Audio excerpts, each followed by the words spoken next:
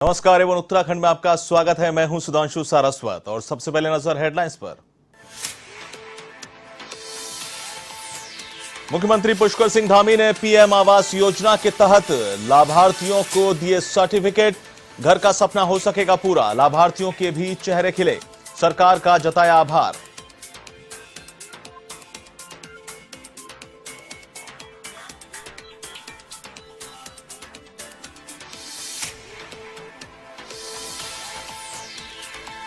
आगामी चुनाव को देखते हुए बीजेपी हुई सक्रिय।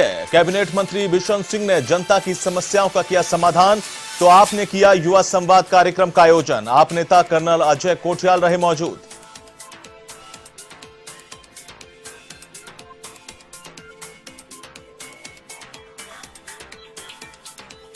उत्तराखंड बोर्ड की 10वीं और 12वीं कक्षा का रिजल्ट घोषित। 10वीं कक्षा में छात्रों ने तो 12वीं कक्षा में छात्राओं ने बाजी मारी। पिछले साल दोनों कक्षाओं में छात्राओं ने मारी थी बाजी।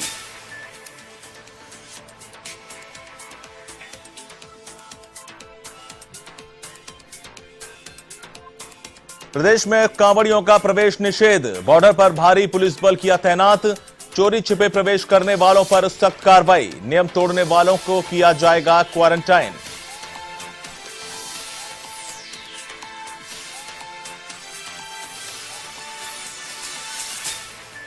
और उत्तराखंड में नशे के खिलाफ पुलिस का अभियान। सहसपुर पुलिस ने 150 ग्राम स्मैक के साथ 2 आरोपियों को किया गिरफ्तार।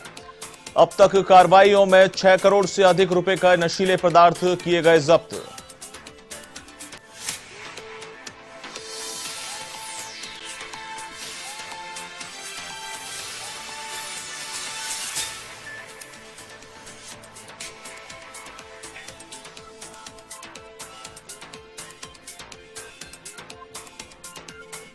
और अब खबरें विस्तार से। मुख्यमंत्री पुष्कर सिंह धामी ने 16,472 लाभार्थियों को आवास स्वीकृति प्रमाण पत्र देकर उनके अपने घर के सपने को पूरा किया है। ग्रामीण विकास विभाग की प्रधानमंत्री आवास योजना ग्रामीण योजना के तहत लाभार्थियों को प्रमाण पत्र दिए गए। आवास स्वीकृति प्रमाण पत्र मिलने से सभी लाभार्थियों को अपना घर मिलने का सपना पूरा हुआ है। मुख्यमंत्री पुष्कर सिंह धामी ने कहा कि प्रधानमंत्री नरेंद्र मोदी सभी के सपने साकार कर रहे हैं और इसी के तहत इस योजना को अमली जामा पहनाया जा रहा है। वहीं लाभार्थियों में खुशी की लहर है। इसके लिए उन्होंने सरकार का आभार जताया।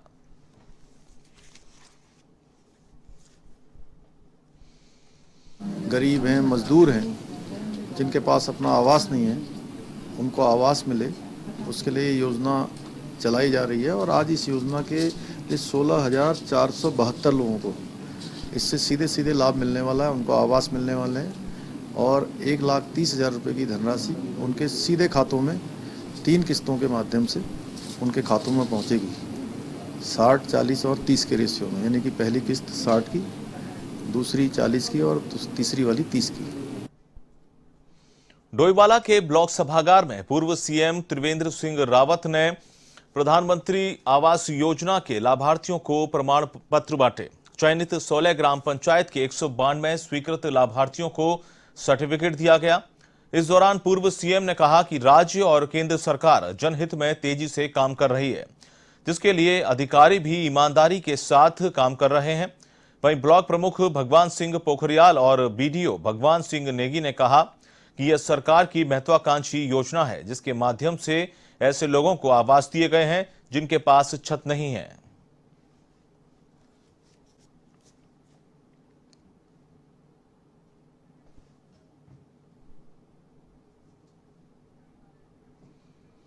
उत्तराखंड में आगामी विधानसभा चुनाव के चलते सत्तारूढ़ बीजेपी सरकार सक्रिय हो चुकी है।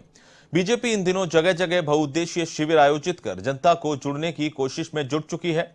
इसी के तहत अल्मोड़ा के लमगड़ा क्षेत्र में बहुउद्देशीय शिविर का आयोजन किया गया, जिसमें प्रदेश सरकार के कैबिनेट मंत्री बिशन सिंह चुफाल ने शिरकत की और जनता की समस्याएं सुनकर तत्काल समाधान के निर्देश दिए।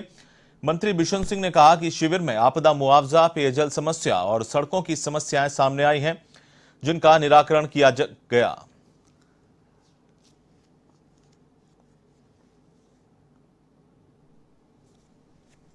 जनता दरबार में सभी विभागों के जितने भी अधिकारी यहाँ पर उपस्थित हैं और भी सैकड़ों की संख्या में जो जनता यहाँ पर आई है अपनी समस्या को लेकर।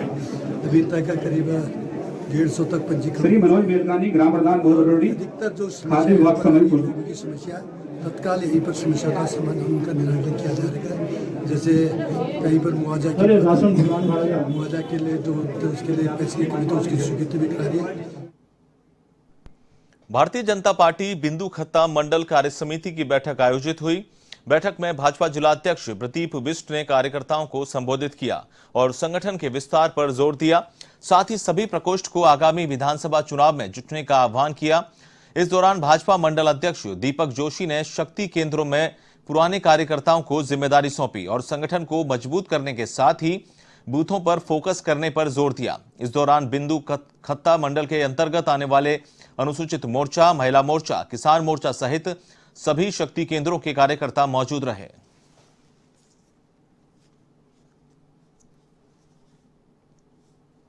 लेकिन पिछले समय कोविड काल के कारण इसमें व्यवधान आया। अब पुनः जब भगवान की कृपा से अपना देश और प्रदेश कोरोना से थोड़ा ठीक स्थिति में है तो फिर यह कार्य समिति होना प्रारंभ हुआ है। हमारा बूथ का कार्यकर्ता हमारी ताकत है, हमारे बूथ का गठन हमारी ताकत है और इसी बात को लेकर अपने बूथ ठीक हों, अपने कार्यक्रम ठीक हों, अपने आने वाले समय में बूथ के कार्यकर्ता की ताकत के आधार पर हम लोग इस प्रदेश में 60 के पार जाएं और जितनी भी हमारी 6 की 6 इस जिले में विधानसभा हैं वो 6 की 6 सीटें और ये सीट को भी हम और अधिक मतों से जीते। इसके लिए हम सब कार्यकर्ताओं को आगे लाने का प्रयास करें, उनको समझाने का प्रयास करें और आज निश्चित तौर पर कार्यकर्ताओं का जो उत्साह है उसे देखकर लगता है अब की बार 60 के पार। विधानसभा चुनाव को लेकर लगातार आम आदमी पार्टी सक्रिय होती दिखाई दे रही है। पार्टी के नेता जगह जगह युवाओं से राज्य की समस्याओं की जानकारी हासिल करके चुनावी घोषणा पत्र बनाने का दावा कर रहे हैं। इसी कड़ी में पार्टी के वरिष्ठ नेता कर्नल अजय कोठियाल ने युवा संवाद कार्यक्रम का आयोजन किया, जिसमें उन्होंने युवाओं से राज्य और स्थानीय स्तर की जन समस्याओं का फीडबैक लिया। मौके पर सबसे ज्यादा समस्या बेरोजगारी को लेकर हो रहे पलायन की सामने आई। अजय कोठियाल के अनुसार जो समस्याएं सामने आ रही हैं, उन्हीं समस्याओं के समाधान के लिए वह विधानसभा चुनाव में अपना घोषणा पत्र जारी करेंगे।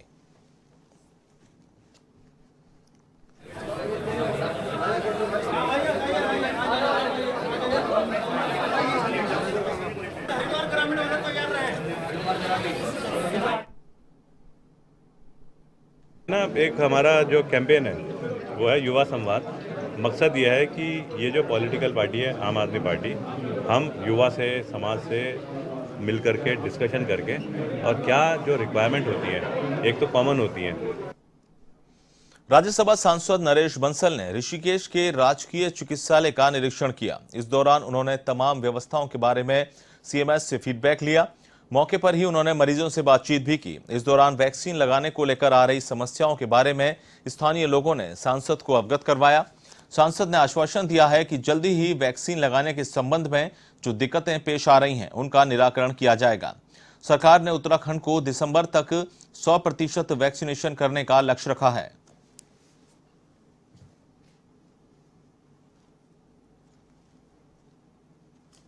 अपने सहायता केंद्र लगा रही है, हेल्प डेस्क, और सब जगह एमपी, एमएलए, विधायक, मंत्री सब जा रहे हैं निरीक्षण करने, जिससे लोगों का मनोबल भी बढ़े, लोगों में जागरूकता आए वैक्सीनेशन के प्रति, और कहीं कोई कमी लगेगी तो उसको दूर करने का भी प्रयास किया जाएगा। उसी के अंतर्गत मैं यहाँ आया था। अच्छा काम यहाँ पर हो रहा है। रोज़ाना मुझे लगता है 300-400 वैक्सीनेशन यहाँ पर हो रहे हैं और ये एक अच्छा स्कोर है। बाकी लोगों से भी मैंने बात की है, लोग इससे जनता खुश है कि जिस प्रकार से प्रधानमंत्री जी ने इस कोविड की महामारी में पूरे विश्व के मुकाबले हम खड़े हुए हैं, मुफ्त वैक्सीनेशन सबका किया है और मुफ्त राशन की व्यवस्था भी गरीब लोगों के लिए की है। उत्तराखंड में मंत्री डॉक्टर धन सिंह रावत ने चिकित्सा विभाग के मेडिकल कॉलेजों में चल रहे निर्माण कार्यों में तेजी लाने के निर्देश दिए। मंत्री ने विभागीय अधिकारियों को सभी निर्माण कार्यों को 30 अक्टूबर तक पूर्ण करने के निर्देश दिए। साथ ही मेडिकल कॉलेजों में कार्य कर रही कार्यदायी संस्थाओं को भी चेतावनी देते हुए कहा कि जिन संस्थाओं का कार्य गुणवत्तापूर्वक और अनुबंध के अनुसार समय पर पूरा नहीं होगा, उन्हें बदल दिया जाएगा।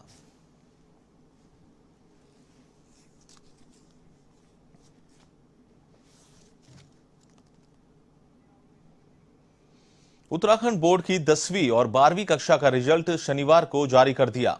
कोरोना संक्रमण के चलते इस बार टॉपर्स की सूची जारी नहीं की गई। इस बार 10वीं कक्षा में छात्रों ने तो 12वीं कक्षा में छात्राओं ने बाजी मारी है। वहीं पिछले साल 10वीं और 12वीं दोनों कक्षाओं में छात्राओं का ही दबदबा था। इस साल हाई स्कूल का रिजल्ट 99.09% और इंटरमीडिएट का रिजल्ट 99.56% रहा। जिस तरह से रिजल्ट को लेकर छात्रों में उत्साह रहता है, वैसा उत्साह इस बार देखने को नहीं मिला। हालांकि बहुत से छात्र इस रिजल्ट से खुश हैं, तो तमाम ऐसे भी छात्र हैं जिन्हें अपने रिजल्ट्स में बहुत ज्यादा खुशी नहीं हुई। वहीं शिक्षकों ने भी इस बात को माना कि एवरेज छात्र इस परीक्षा फल से संतुष्ट हैं, लेकिन जो छात्र कड़ी मेहनत करते हैं उनका मनोबल कमजोर हुआ है। अधिकांश छात्रों की तो इसमें प्रसन्नता है। जहाँ तक मेधावी छात्रों की बात है, उन छात्रों को थोड़ा सा असंतोष है। और हमारे विद्यालय की अगर बात है, उसमें से बहुत सारे छात्र ऐसे हैं जो चाहते हैं कि अगर उत्तराखंड विद्यालय शिक्षा परिषद उन्हें एक अवसर फिर से परीक्षा देने का देगा, तो वो निश्चित तौर पर परीक्षा दे करके अपने रिजल्ट को और बेहतर करना। नारसन विकासखंड के कार्यालय के सभागार में भाजपा विधायकों ने प्रधानमंत्री आवास के अंतर्गत चेक बांटे। इस मौके पर कोविड-19 के नियमों की और सोशल डिस्टेंसिंग की जमकर धज्जियां उड़ी। दरअसल जैसे ही कार्यक्रम में भाजपा के विधायक पहुंचे तो उनके साथ साथ सैकड़ों लोग सभागार में घुस गए। इस दौरान कार्यक्रम में जमकर सोशल डिस्टेंसिंग की धज्जियां उड़ाई गईं और कोविड नियमों को ताक पर रख दिया गया।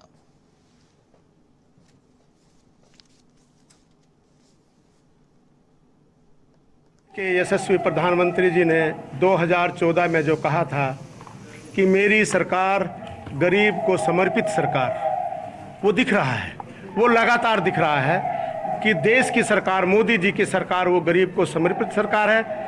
और प्रधानमंत्री आवास ग्रामीण योजना के तहत आज 446 लोगों को यहाँ पर आवास दिए जा रहे हैं। 60,000 रुपये की प्रथम किस्त आज जारी हो चुकी है। पूरी पारदर्शिता के साथ मैंने सबसे कहा है, आज ये चेक हमारे द्वारा वितरित किए जा रहे हैं। कोई आदमी ये जाकर के कह दे कि विधायक जी ने चेक दिए हैं और हमें कुछ दीजिए, तो मैं लाभार्थियों से ये निवेदन करूंगा कि लाभार्थी मुझे बताए, थाने में मैं उसके खिलाफ FIR लिखाऊंगा। 1 रुपया भी अगर कहीं लगता है, 1 रुपये की भी अगर कोई डिमांड करता है तो वो अच्छा नहीं होगा। समझ ले, जो भी इस तरह के लोग हैं वो समझ ले, सीधा थाने में FIR दर्ज देशराज कनवाल करवाएगा, ये मैं बोल रहा हूं। नगरपालिका अयारपाटा वार्ड सभासद मनोज जगाती और टीम के सदस्यों ने बरसात में पनपने वाले मच्छरों, कीड़े मकोड़ों से मुक्त करने का बीड़ा उठाया है।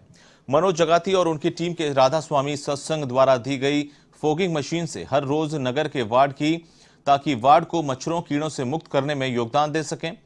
मनोज ने बताया कि उनकी टीम बरसात के मौसम में लगातार नैनीताल के विभिन्न क्षेत्रों के नालों और पानी जमा होने वाले स्थानों सहित लोगों के घरों के आसपास और सड़कों पर फोगिंग कर रहे हैं। इससे लोगों को बरसात के मौसम में होने वाली बीमारियों से बचाने के साथ ही नगर को मच्छरों कीड़ों से मुक्त करा सकेंगे।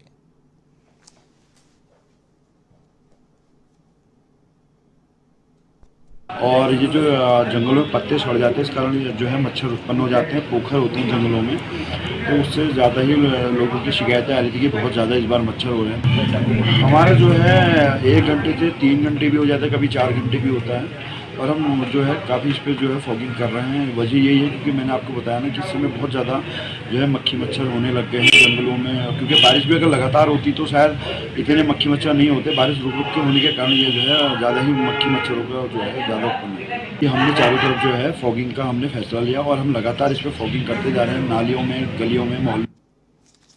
कोरोना के चलते इस बार भी उत्तराखंड सरकार ने कांवड़ यात्रा पूरी तरह से रद्द कर दी है।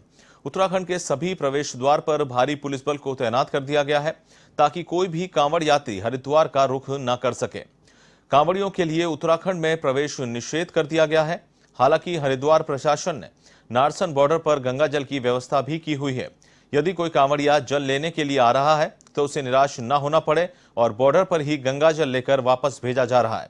उत्तराखंड सीमा की सुरक्षा को बढ़ा दिया गया है और चोरी छिपे उत्तराखंड में प्रवेश करने वाले कांवड़ यात्रियों के खिलाफ कानूनी कार्रवाई भी की जा रही है। ऐसे में गंगाजल लेने आने वाले कांवड़ियों को 14 दिन के लिए क्वारंटाइन किया जाएगा और आपदा अधिनियम के तहत मुकदमा दर्ज भी किया जा रहा है।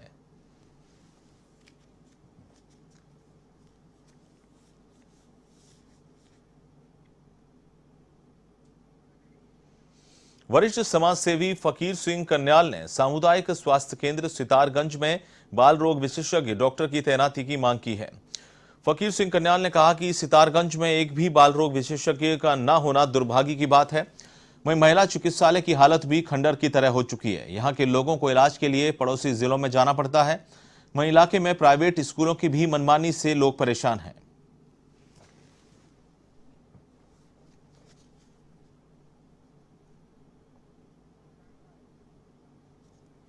देहरादून डीएम डॉक्टर राजेश ने आईएसबीटी का औचक निरीक्षण किया। आपको बता दें कि कोविड महामारी को देखते हुए डीएम राजेश कुमार काफी गंभीर हैं। उन्होंने आईएसबीटी में स्वास्थ्य जांच केंद्रों का निरीक्षण किया, तो वहीं दुकानदारों के साथ साथ आम आदमी को भी मास्क पहनने के निर्देश दिए। डीएम ने उत्तराखंड परिवहन की बसों की भी जांच की, साथ ही साफ सफाई के निर्देश भी दिए।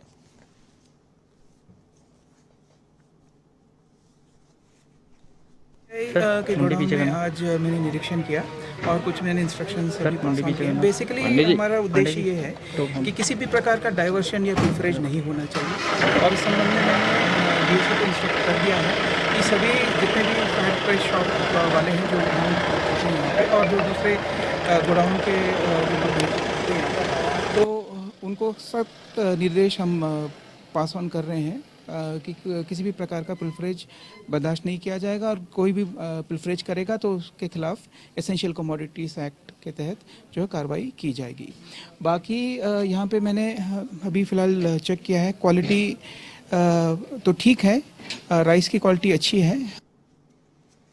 अल्मोड़ा में उत्तराखंड मानवाधिकार पर्यावरण को लेकर 2 दिवसीय कार्यशाला का आयोजन किया गया। इसमें प्रदेश के सामाजिक कार्यकर्ताओं के साथ राजनीतिक से जुड़े लोगों ने भी शिरकत की। इस दौरान प्रदेश के सामाजिक सरोकारों और प्राकृतिक संसाधनों को बचाने पर चर्चा की गई।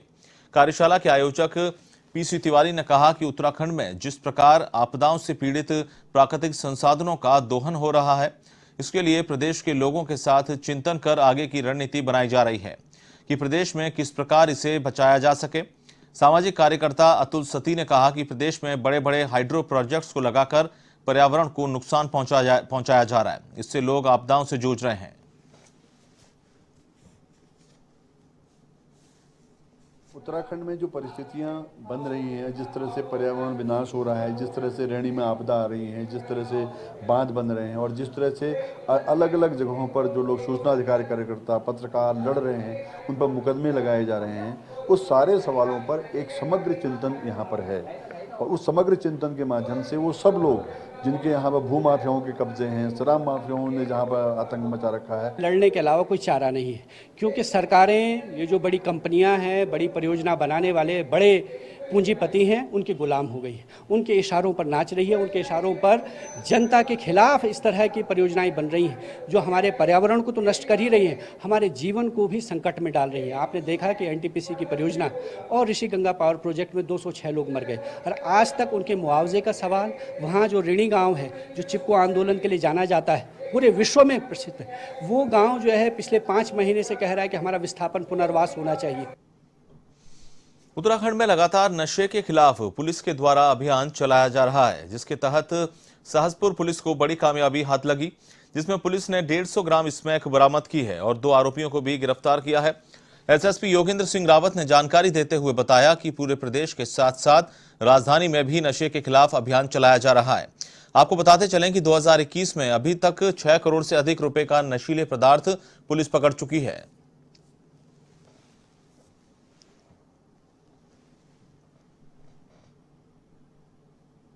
ये सहसपुर थाना क्षेत्र में एक कार्रवाई, अच्छी कार्रवाई हुई है, जिसमें 150 ग्राम लगभग स्मैक जो है बरामद की गई है, जिसकी अंतर्राष्ट्रीय कीमत 30 लाख रुपए है। इसमें जो टीम शामिल है, इसको मेरे द्वारा पुरस्कृत किया जा रहा है। बेसिकली इसके साथ एक ट्रक भी पकड़ा गया है, जिस ट्रक से ये परिवहन करते हुए पकड़ा गया है, उसको भी हमने सीज किया है। और इस वर्ष अब तक हम देहरादून में लगभग 6 करोड़ से अधिक रुपए की ड्रग बरामद कर चुके हैं, जिसमें विभिन्न प्रकार के ड्रग सारी चीज़ें शामिल हैं और 319 केस अब तक हो चुके हैं और 343 अभियुक्तों को हम गिरफ्तार कर चुके हैं। रुड़की की गंगनहर कोतवाली क्षेत्र के बीटीगंज में 4 महीने पहले लोक निर्माण विभाग के द्वारा लाखों की लागत से बनाई गई इंटरलॉकिंग टाइल्स की सड़क से दिन दहाड़े ही टाइल्स चोरी हो गई।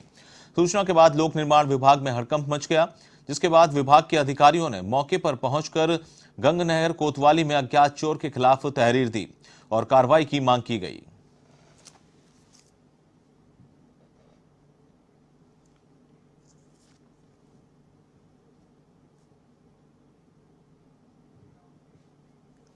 पौड़ी के कोतवाली थाना इलाके में एक नाबालिग किशोरी का आपत्तिजनक वीडियो सोशल मीडिया पर वायरल होने के मामला सामने आया है। पीड़िता की मां ने इस मामले में पुलिस में रिपोर्ट भी दर्ज करवाई है। पुलिस के मुताबिक एक युवक ने नाबालिग किशोरी को वीडियो बनाने के लिए उकसाया, फिर उसे सोशल मीडिया पर वायरल कर दिया। पुलिस ने पॉक्सो एक्ट में मामला दर्ज कर मामले की जांच शुरू कर दी है।